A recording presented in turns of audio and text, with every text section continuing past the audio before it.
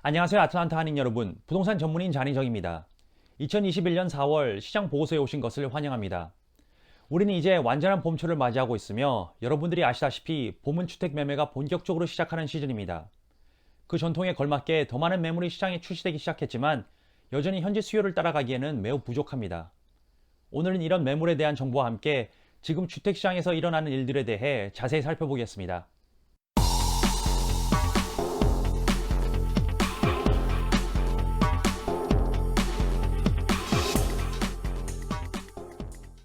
그럼 시작으로 전년 대비 변화에 대한 주요 측정 항목부터 보시겠습니다. 왼쪽에서부터 보면 집을 보는 사람들이 거의 50%, 주택 구매 신청서가 거의 40%에 육박하는 것을 알 수 있습니다. 이것은 작년 이맘때에 비해 집을 보고 구매하고 싶어하는 사람들이 훨씬 더 많다는 것을 의미합니다. 어떻게 보면 우리 조지아주와는 달리 전국의 다른 지역들은 작년 이맘때 아직 락다운인 지역이 있었고 집을 보고 구매 신청서를 작성할 수가 없었기에 여기 이 수치가 많이 높다고도 할 수 있습니다. 펜딩, 미결 거래를 살펴보면 실제로 2월달의 수치이고 약간 낮지만 기존 및 신규 주택 판매는 모두 증가하여 거의 10% 가깝습니다. 하지만 당연히 지금 가장 큰 문제는 매물입니다. 작년에 비해 기존 주택은 마이너스 52%, 신규 주택은 마이너스 4.6%입니다. 그럼 전년 대비 마이너스 52% 매물이 전국적으로 어떻게 분포되어 있는지 살펴보고 우리 조지아주도 어떤지 보겠습니다. 일반적으로 대비율을 볼 때 붉은색은 좋은 의미가 아니며 더 진한 색이면 더 안 좋다는 뜻입니다. 이 지도에서 볼 수 있듯이 작년에 비해 매물이 높은 주는 하나도 없으며 동남부 지역의 진한 색상의 무리를 보면 테네시, 노스 캐롤라이나, 사우스 캐롤라이나, 조지아가 있습니다. 이 주들은 전국 평균에 비해 매물이 더 떨어졌으며 우리 조지아주는 마이너스 60.5%입니다. 그래서 우리 조지아주는 매물이 전국 평균보다 더 낮다는 것을 알지만 조지아의 매월 매물 상황은 어떨까요? 2020년 1월로 거슬러 올라가는 이 그래프를 보면 올해 1월에는 1.2개월의 매물이 있었지만 2월에는 1.1로 떨어졌고 운 좋게도 3월에는 동일하게 유지되었습니다. 이는 봄이 되면서 더 많은 매물이 시장에 출시되었기 때문이지만 제가 앞에서 말했듯이 이것으로는 충분하지 않습니다. 그렇다면 전국적으로 매물이 이렇게 낮은 이유가 무엇일까요? 여기에 대해 질문해 보신 적 있습니까? 만약 인구 증가 때문이라고 생각하고 사람들이 코로나로 인해 집을 시장에 내놓는 것이 안전하지 않아서라고 생각하신다면 맞습니다. 그러나 이것 이상의 답이 있습니다. 인구 증가에 대해 추가 설명하자면 2차 세계대전 이후에 베이비부머 세대에서부터 시작해야 합니다. 베이비부머들은 70년대에는 미국 상업시장, 80년대에는 주택시장을 선도하며 미국 경제에 큰 영향을 미쳤습니다. 그런데 그 똑같은 현상이 이제는 밀레니얼 세대에서 일어나고 있지만 오히려 더 크게 영향을 미치고 있습니다.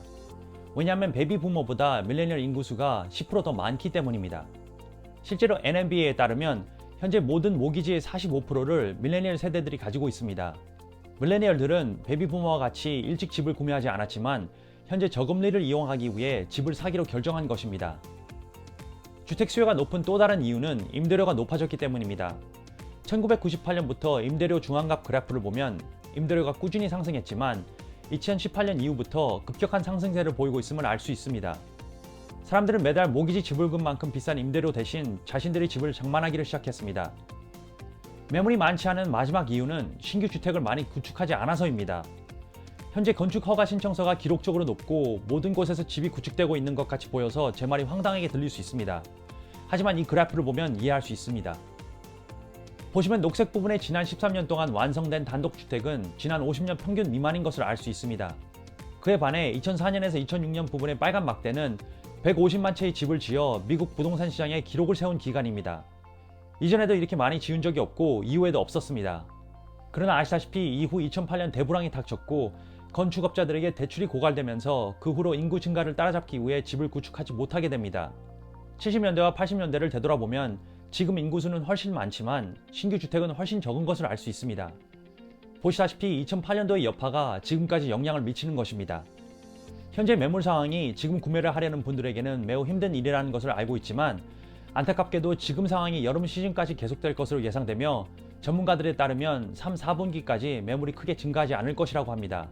최근 NAR은 우리가 Sellers Market, Buyers Market이 아닌 6개월 기간의 매물량을 나타내는 정상적인 중립시장 구도로 돌아가기 위해서는 270만 가구가 추가로 있어야 한다고 발표했습니다. 이 양은 제가 미리 언급한 2004년에서 2006년 기간에 구축한 주택의 거의 2배 달하므로 오늘날 매물이 얼마나 부족한지 알 수 있습니다. 그럼 이제 이자율에 대해서 잠시 이야기해 보겠습니다. 프레디 맥의 그래프를 보시면 이자율은 계속 상승하고 있고 현재 30년 고정 이자율은 3.18%입니다. 연초에 2% 중반으로 가장 낮은 이자율을 기록했지만 지금 현재 우리는 작년 6월과 비슷한 위치에 있습니다. 네, 우리는 더 이상 가장 낮은 위치에 있진 않지만 역사적으로는 낮은 금리를 유지하고 있습니다. 그리고 여기에 대해 Realtor.com의 선임 경제학자 조지 라투는 이렇게 언급했습니다. 주택 판매자와 구매자 모두 매우 낮은 금리에 익숙해졌습니다. 그러나 3%에서 3.4%의 범위도 역사적 기준에 따르면 매우 저렴한 금리입니다. 우리는 여전히 좋은 금리 환경을 유지하고 있지만 앞으로 경제가 전국적으로 개선됨에 따라 금리는 계속 오를 것을 예상합니다. 그러면 주택가격 인상에 대해 이야기하겠습니다. 지금은 주택가격이 계속 인상하므로 주택을 소유하고 있기에 어느 때보다 좋은 시기입니다. 그리고 이것은 FHFA의 피셔 박사가 언급한 내용입니다. 전국 주택가격은 FHFA 주택가격 지수 역사상 가장 큰 연간 및 분기별 인상을 기록했습니다. 낮은 모기지 금리, 억제되어 있는 주택 구매자들의 수요, 제한된 주택 공급으로 인해 전염병도 불구하고 1년 전보다 2020년에 더 빠른 성장을 경험할 수 있었습니다. 그리고 주택가격이 인상함에 따라 같이 인상하는 한 가지가 있습니다. 네, 바로 주택 에퀴티입니다.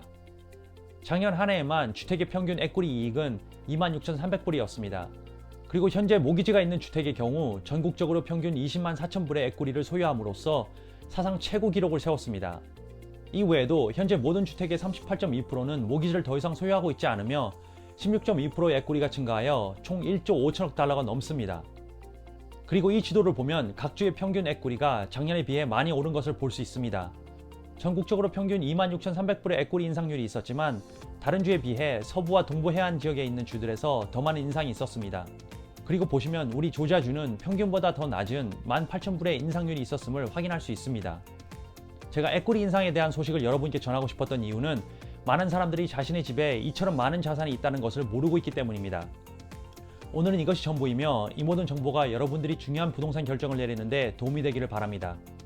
더 많은 백신이 접종되고 코로나 사례가 감소함에 따라 우리 경제는 개선될 것이고 마침내 우리는 그토록 바라던 정상적인 삶을 되찾을 것입니다. 앞으로 얼마 남지 않았으니 조금만 더 버티면 됩니다. 다음에 더 중요한 부동산 소식으로 찾아뵙겠습니다. 안녕히 계세요.